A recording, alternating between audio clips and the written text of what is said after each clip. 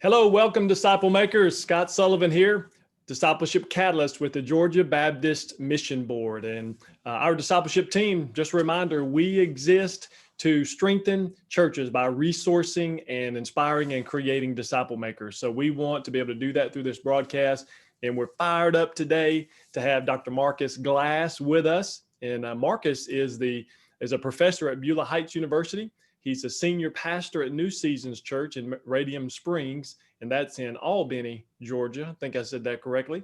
And he's also a full-time inspector with the Albany Fire Department. We'll get into that a little bit more in just a little bit and talk about that church and some situations they've had and man, some of the things that they're doing to see a flourished element of growth and connecting to people in that community. Now, let me just mention to you, as we always do, PJ Dunn. PJ is going to be with us. He's producing, but also going to share in this Q&A. Always excited to have PJ's wisdom on the broadcast.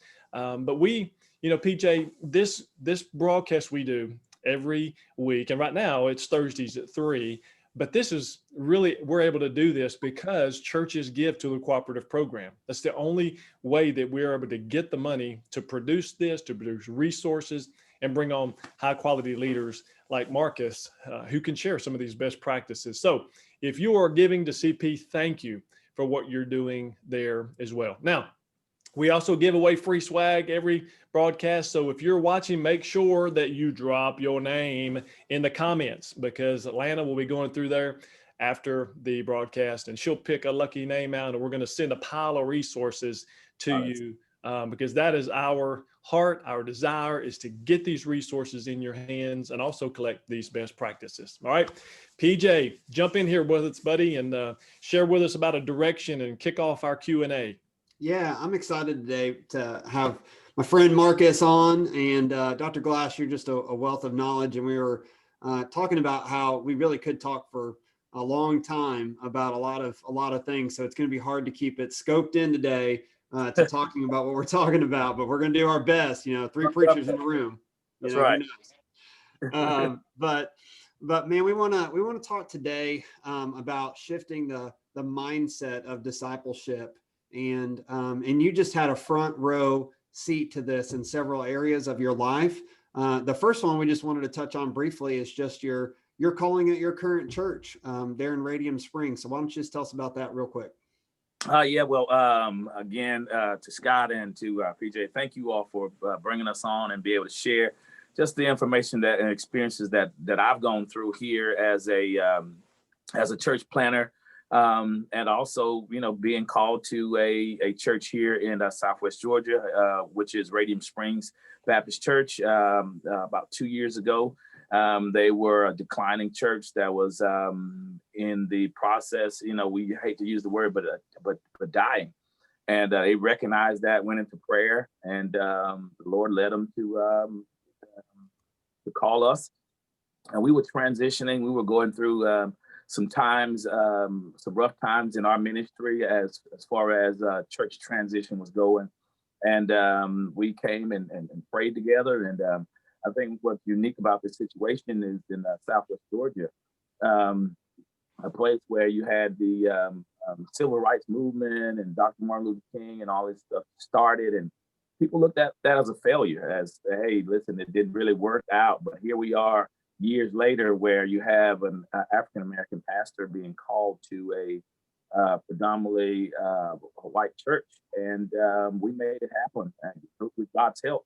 And so we're here today to be able to share our story, that God is bridging people, cultures, and through God's help, we're here. We're here. Well, and that just doesn't happen one day. You don't just wake up one day and accidentally have a shift that's that major in a culture. And so, that's really what we're diving into. And so the first part about what we're talking about is just starting where you are to get where you want to go. This church calls you because they know where they want to go, and they started with where they were. And that is so hard to accept your current reality, but then to also know God's calling of where you want to go. And so, Marcus, I kind of want to know that first moment you realized when you had to shift the way you think to reach your community. in a fresh way? And then kind of a follow-up question, how did your congregation follow in that? What are some things that you saw, as God began to move in you, and then through your congregation, especially maybe in this recent transition, but through a lot of transitions y'all have had? Oh yeah, we've had several transitions. I think the first time when we realized that I had to have a shift was I came out of National Baptist and made the move to become a church planner with Southern Baptist, with the Mallory Baptist Association. Started that process. One of the things for me was I came from, pastoring years and years of pastoring, and we were able to pack the church. It wasn't a problem getting people to come to church. And for us, that was the mindset. When you think of church, you think of coming through the church doors, sitting down in the church and singing and preaching. And through I went to Liberty University. Then I went to United Theological Seminary. And when I went through that, my mindset changed. And I realized, hey, this is not what church is all about. It's not just about coming and congregating in a place and then just feeling good about ourselves going back home. We're missing something. What was it that we're missing? We were missing the element of training people to disciple people. It's not about bringing people to a decision. It's about he didn't say allow people to make decisions in the Great Commission, but to make disciples. We were called to make disciples. And so for us, we were just making decisions. We would bring people down, and they were making decisions, but they weren't becoming disciples. So what would happen is they would continue when their prayer needed, they called me. When they went to the hospital, they called me. And so for me, it was I'm going to burn out if I don't make a decision to change my mindset. And I'll talk about that a little bit later about having a fix or growth mindset. And I say, you know what, if we're going to grow, it won't be because of my preaching. It won't be because the choir sung good. It'll be because the people in the community have come out of that community. They have gone and been discipled in the church, put back in the community to make a difference where they are in the mission field that God has called them to be in. So for us, I said, no, you know what, I need to change that. Let's go in, let's get a discipleship model that causes people to reach people. No, don't worry about, it's not about the pastor, it's not about the choir, it's going to be about you that have been brought out of this context, sent back in there, and then you will reach a greater number of people than we could ever do just sitting here waiting on church. I like what Ed Stetzer says in his book, Comeback Churches. Him and Mike Dotson, one of the things he says is, when we look at church, the traditional mindset of church is walking through a church building door and sitting down and getting the word. But now, through other innovative ways like small groups, taking that one member, putting them back in the workplace and allowing them to begin to call that the mission field. That's the church. And it took that mindset. Well, hashtag you don't know what you don't know, and that's a call out for education. Not necessarily about a piece of paper. Scott and I, we hear that sometimes. I don't need to go to seminary to get a piece of paper. We would agree. You don't need to go to seminary to get a piece of paper, but you need to be around people that help you know what you don't know to change your mindset. Man, that was really good, don't you think, Scott?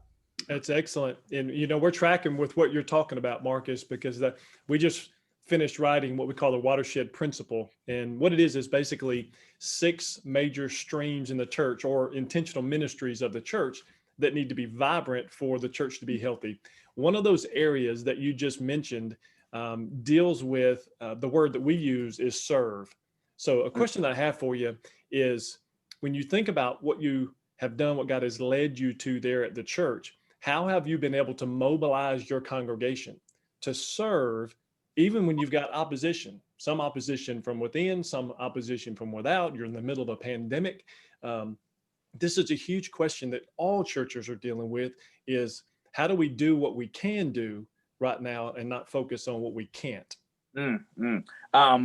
Great question. And one of the things that we have done to tackle that here at the Seasons Church is, one of the things we do, we keep mission in mind. So one of the things our church, in churches before, people didn't know the mission of their church. If you ask somebody, hey, what's the vision of your church? Any member in the congregation ignorance, if they don't know it, how can they be a part of the plan? And so now we required all of our members to know our mission and to know our values and to know our vision. New Seasons Church strives to become a spiritual hospital and training center. We're a lifestyle transformational church, equipping and building strong families and communities to exalt Jesus Christ. Values, V, we're victorious through prayer. A, activated to serve. L, living to serve. U, united in diversity. E, excellent through improvement. Our mission of our church is to serve God through worship, his community through service, and the world through the transformational message of Jesus Christ. Every member has to know that. They have to know what the mission, the values, and then what that does is it keeps morale up. And then one of the things it does, it settles disputes. One of the questions that you had is when you have internal and external opposition, how do you keep pushing forward? We have what we call a Nehemiah concept. And the Nehemiah concept that we use is every 28 days, we go back and go over mission, we go over values, and we go over vision. At the beginning of the year, I give this is a football speech. I was a football coach. And we don't assume that people remember. In the days of Nehemiah, they started the work, and then they their hands got weak in it. And so Nehemiah had to strengthen their hands. How did he do it? He reminded them of the vision. And so if you don't have values, if you don't have a vision, if you don't have a mission statement that says, okay, why are we doing what we're doing? We have people, well, we need to do this, or we need to do that, or I come from this place, I need to do this, I need to do that, or I come from. So one of the things that settles our dispute is, what does the value say? What does our mission say? What is our vision statement say? And those are the things that we put in place to settle all our disputes. Yeah, well, and that's so strong. And you're clearly a preacher because you have the perfect alliteration and remembered it point by point. So kudos to that. Anybody in the chat want to give an amen for that? That would be good. You did it well. And so, man, I kind of like as a follow-up to that. So, yeah, how do you know where you want to go? To change your mindset, you have to know what you don't know, but then how do you know where you're going? Like, how did you do that discovery process? So for us, when it comes to discipleship, we have our classes. I was fortunate enough to be able to go, when I started being a church planner, to go to Rick Warren's, everyone knows him. Got a chance to go to his ranch, and me and my wife, we stayed a week up there, personal invitation by him, and they worked with us one-on-one. So one of the things we did was we knew our vision, where we wanted to go, and then we went and we talked to people that already been there. One of the keys is talk to people that have been down the road. Use that wisdom. They'll tell you the mistakes they made. They'll tell you what went right and what went wrong. And so now for us, one of the things that I took away from that moment was when you're discipling people, one of the things that takes you a new direction is the people you're discipling. This is key, because if I just say, if I have an example, if I have a member that I'm going to bring in, the new convert, the conversion growth that's coming off of the street, we bring them in our program. We don't just give them right hand of fellowship and give them all the rights and privileges. No, you have to learn our vision. You have to learn scripture. So we take them through this 3-month program where we train them, disciple them. Now we disciple them from the inside out. So they come in, they learn about our ministry things, such as fellowship, such as ministry, such as worship. They learn it. And then at the third part of that program, they learn what we call shape.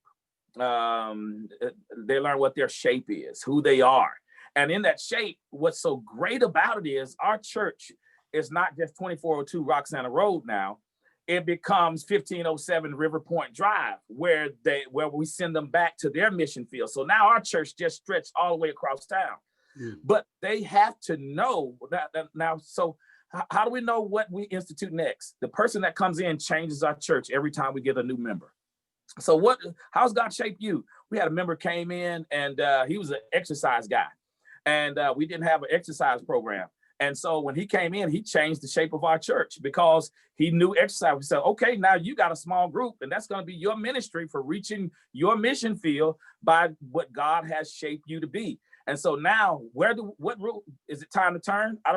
The new member tells us that, because now we have a new ministry, small group, by the member that comes in with the skills and the shape that God has given, their spiritual, their heart, their abilities, and their personal experiences shape. And it tells them it tells us what's the next turn and where we need to go as a ministry. Well, I want to know if Rick Warren gave you one of those cool shirts. Like, I didn't know if that was part of the experience, if you got the cool Hawaiian shirt. But I have never heard somebody quite articulate it that way, that we get so focused on this is who we are. And it's so rigid that we have to be this way at this time doing these things in these ministries, that we forget that God brings us people that change us constantly. Man, that is good. Oh yeah. One of the things that I learned, let me just interject this, is that we have to be, we can't train our peoples to be keepers of the aquarium. We have to train them to be fishers of men. And and a lot of times what that means is we bring them internally. So, okay, we have a ladies ministry. You need to go be on that ladies ministry. Or we have a choir. You can sing. You need to be on the choir. But that's turning them inside. With our ministry and shape, we don't train them to be keepers of the aquarium. We train them to be fishers of men. You need to know that after you finish this, you have a mission field that we're going to come and help you in. And I'll tell you later about all of the different ministries that we started that was outside of the box that we were able to do because the person had a gift and we didn't turn them inwardly, we turned them outwardly. Man, I love it, Marcus. We're in our ministry, we're speaking the same language, because really what you're talking about is having an intentional plan that when a person or a family comes into your church, you can sit down with them and say, here's what we're about. Here's what we believe. But you are also talking about an intentional pathway that you're going to move a person from where they are to where God would want them to be. So the language we use is becoming spiritually mature, or on the process of spiritual maturity. Not that we ever get there, but we're tracking forward. So you've got specific methodology, things that you're doing to help people to do that. Now, the church that I came from in Houghton, Louisiana, this little place in Northwest Louisiana, we did the same thing. And one of the pieces that we implemented was called a connection class. So anybody who came into our church, some people call it discovery class or a new member class, but we would tell them who we are, and then we'd help them understand what a biblical disciple looks like. We gave them the gospel to say, here, be very clear that there has to have had this conversion experience in your life. And then we'd help them find their spiritual gift. And this really the sweet spot between their spiritual gift and their passions, maybe working out or some of those things you talked about. And then we say, if you're going to come to serve in our church and be a member, you need to serve. That's an expectation that we have. And we would even use the language, Marcus, and tell them, man, we understand if you're just looking to come and sit sour and soak, we're probably not your church, and we're not mad at you, but this is probably not the place for you. But we, out of, I guess, doing that over the last 8 years, I can only think of one person who chose not to join our church after we said that. And we're talking about 100 people per year coming through this process for 8 years, and only one person chose not to do it. So what I'm finding is, people appreciate us raising the bar. Now, here's the question I have for you, because we talked about this mindset change. So what does a change of mindset look like for a follower of Christ? So we've talked about some of the methodology, but what does that look like, and how can we know and others know that it's real in our life for those members who are coming to our church? Oh yeah. So for a change of mindset, we have those at least two, the fix and growth mindset. For us, one of the things that we teach here is that our first problem, which is sin is wanting to be the boss. It's about my own goal. It's about doing my own thing. The change of mindset is when people began to get on God's agenda. Dr. Tony Evans writes a book called Kingdom Agenda. And in that book, he talks about getting on God's agenda. When we see people that come in that really want to change, people that come in that are interested in growing, those are people that are that are ready to be mobilized for God. When I work as a bivocational pastor, I can't go and get a job or go and join an organization and go, well, I'm never coming to work. I'm never going to do anything that you all are doing. I'm going to keep doing my same thing. And that's sin, wanting to be your own boss. And so when we see people step out of that mindset of wanting to be their own boss, hey, can you be here for this? Hey, this class is going to be at such and such. And once you start, you need to commit to making all the classes. And when they're starting to do that, we begin to see that their mindset is changing. Kenny Luck writes a book called The Sleeping Giant. Oh, it's incredible. Definitely need to pick that one up. And one of the things that he talks about is 318. So we have one of the things that we do, we give incentives to be a part of a 318 ministry. And it has nothing to do with your abilities. It has to do with your availability. So it's about being available. Are you now becoming available for God? The different in mindsets is someone that just wants to come in, sit and soak, like you said, Scott, is those that want to continue to do their own thing. They don't want to change their agenda. But someone that comes in that wants to be a part of a 318 ministry, hey, listen, we're all going to be with Saturday. What we're going to do is one of the ministries we did Saturday. What we're going to do is we're going to go out and stand in front of Dollar General. And what we're going to do is we're going to do food for prayer. And so we need you to set out for food for prayer. Come up and can you help get some of the hot dogs, some of the things? They'll be on our own expenses. And if they say they're ready, hey, listen, they come out. And when they do, we give them little coins that says, we call it all in. Jesus Christ says, if any man would follow me, take up his cross, deny himself. That is a different mindset. He didn't say keep doing the same thing. Every disciple he brought out had to do what had to get on his agenda. So truly different mindsets when we know is their availability, not their ability, because a lot of people say, oh yeah, I can do this. Oh yeah, I can do this. But are you available? I'll say this, and it may seem a little mean, but and I wouldn't say it's mean, but it's definitely true. Everybody you can't always count on. You may be able to count them, but can you count on them? And we need a ministry, a world-changing, a life-changing ministry that deals with people that we can count on. One part of our vision is we are a lifestyle transformational church. We're a spiritual hospital. And a spiritual hospital has to be ready to take emergency cases at all times. Are you available? Not just having the ability, but having the availability.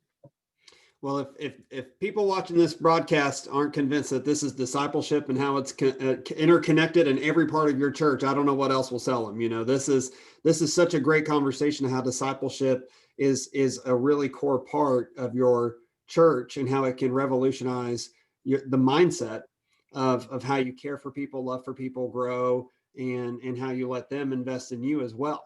Right? This is not a one-way street. And so you've talked about books. You got a lot of them behind you there, and podcasts. Is there another one? You've already mentioned a couple. We'll put those in the chat. Make sure that everybody's got a link to those books. But you have to be a reader. There's no way around doing that. Now, podcasting works. You can do podcasting. You can do blogs. But to make an investment in your mind, you have to consume more information. So how do you do that? Or are there some ones that you recommend? Yes, definitely for those that are, one, it takes leadership. You're going to have to lead. So anything that deals with the guru of leadership, one of the things that I subscribe to is Samuel Chan. He has a book called Leadership. It's called Pain. And so definitely pick that up. One of the older books that I use that helps is Tom Rainer. He has a book called Bridger Generations. Yeah. Oh man, that's awesome, because he talks about ministry not as just something to do, but now it has purpose because we bridge the gap. And he talks about a certain group of people. I think those from 1974 to 1994 are those bridger that you didn't come out of a fixed mindset generation. You're just into something new. And then now you're also connecting the newer generations that's coming in.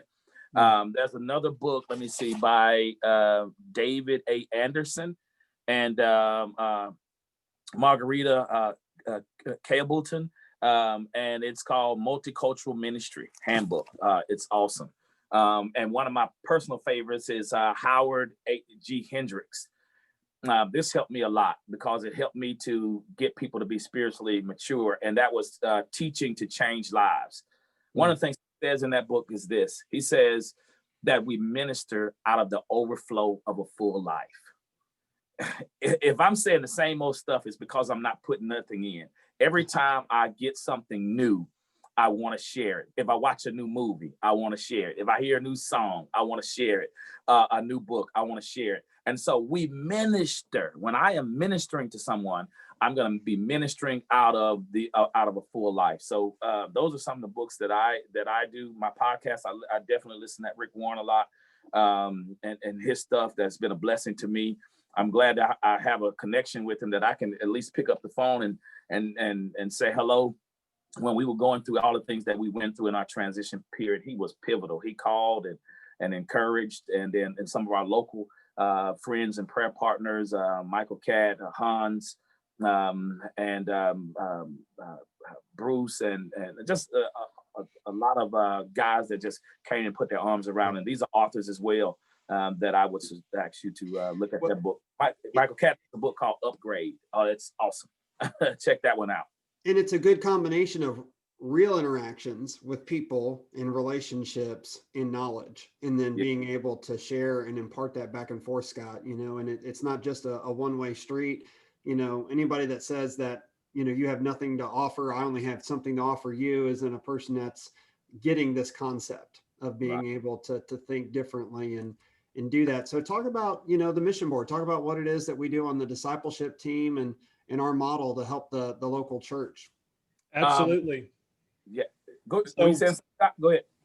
So on our team, we've got several resources that we are targeting, that we're focusing. We try to do laser targeting on everything that we do so that everything we do makes a huge gospel impact. Well, one of those is actually this broadcast. We put a lot of eggs in this basket. We put a lot of time and energy and focus to make sure that we have high quality leaders like Dr. Glass come on and share wisdom. But we also have what we call learning communities. And these are set up by region. We're trying to have at least 6 of these learning communities in all of the 6 regions. And they're hosted by somebody who's core part of who we are as disciple makers. But really what it is to just professionally to collaborate, best practices we get together. But there's also, there's memorable fellowship where they're getting together, they're having a good time, because we want to, my saying with ministry is, if you ain't having fun, it's your fault, not God's. That's right. Praise the Lord. It should be fun to serve the Lord. Not always easy and not without frustration, but man, there's a lot of joy in serving, but there's also honest conversation. So when I walk in that room, and I see what God's doing in Marcus's church, I may say, man, I got to tell you, that ain't happening in my church. And that makes me upset. Like, what's the difference between what's happening in my church and your church? Wow. We can have these honest conversations about what's happening. We chew on that, and it makes us better personally, but also professionally. And Marcus, one thing that man, as you and I continue to grow as friends, you're going to learn about me is it's really important to me that we as professional collaborators, disciple makers, as husbands, as dads, as human beings, that we have accountability and that we finish strong. Yes. And I want my wife to love me when I'm on the back end of this whole thing. I want my 3 boys and my daughter to just look at me and still think I'm a hero, because I didn't do anything stupid to lose their trust or integrity along the way. And these learning communities will help us to do that. So those are some things, PJ, that are really important that for our discipleship team, and we're setting those up through the learning community. Matter of fact, in our chats, we'll send you a link to that. So no matter where you are in the state of Georgia, we can connect you with one of these learning communities. And it may be that you're in an area where it's kind of light. I mean, we'd love for you to start one or to help boost one that's happening. And Marcus, let me give you one more question here before we close out. We got bivocational leaders that watch this broadcast. There's about 1,600 people now that are glued into this weekly on this broadcast. Man, for a bivocational pastor, for you as, man, you're working, at the fire department, you're pastoring a church, you're teaching at a school. What would you say for somebody who's looking to invest more in their church while balancing career and a full-time job? Oh yeah, oh yeah. One word that I want to bring out is that for somebody that is bivocational, that's going through, know that you're in a good place, because it does take you into the mission field. You have to have some good time management skills. You have to be able to manage your time.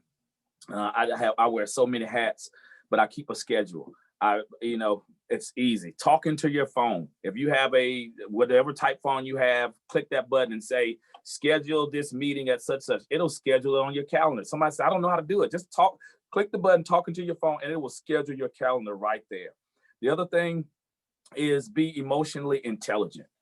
I can't say enough about this. What does that mean to be emotionally intelligent? I need to be sensitive to everything that is around me. Get your rest. I call it the 3 H's.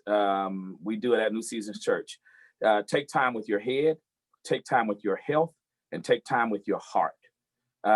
Spend time with God. It says in Isaiah, the 26th chapter, verses 3 and 4, that God will give him perfect peace whose mind is stayed on the Lord. You can't do it on your own. You can't do it by yourself. You have to constantly be, as Matthew says, be poor in spirit. Go back to God every day. God, I'm here. I used all the strength up that I had yesterday. I need some more today. Know that with God, you can do it. And don't be so coveting of what somebody else has. Stay in the lane in which God has given you. And work it and work it and work it. We started with 5 people. We grew being bivocational. And then maybe God take you to a day where you can do it by yourself. Don't have animosity about where you are right now. No, I think whenever we have animosity about what we're in and what we're doing, we have forgotten keywords. And that is that God has ordered our steps. He has ordered our steps. Jeremiah 29:11, I know the plans I have for you. And so when I take my mind off of the fact that God has ordered this, he may have ordered you to be bivocational. He may have ordered you to also not just be bivocational and use that as a crutch while you can't grow. Listen, we're able to grow as a bivocational church. Don't do it yourself. Put people around you.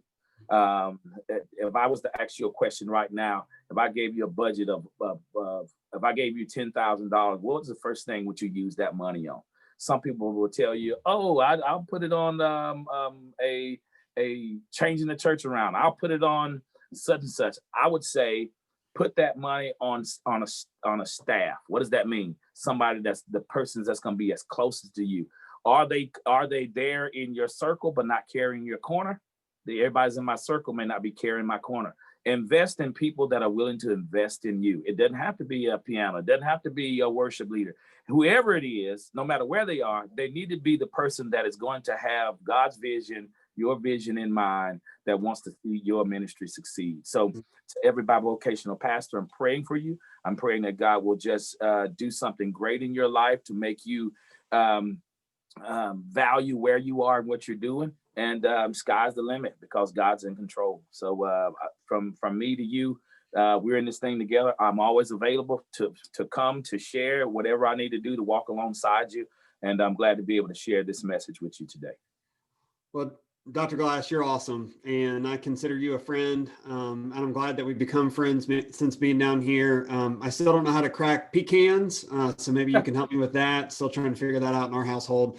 But there's all these methodologies to it. But man, we're happy to be down here in Southwest together with you. And man, what a great word to bivocational pastors of all sizes, all places, just being where God has you. And so pastors are our heroes, right, Scott? And we believe it. This one's just a double hero. So that just seems like he's double dipping a little bit. It is. And I tell you, thank you guys, both of you, for being on here. Marcus, I'm just going to share, man, this is just like I'm leaving this broadcast, this interview with you, and I feel stronger. I feel encouraged. I feel blessed.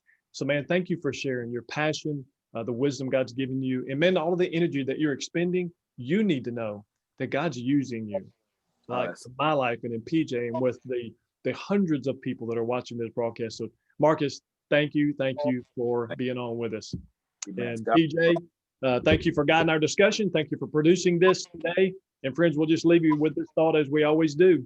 Make sure that you reinvest the gospel seed that was shared with you.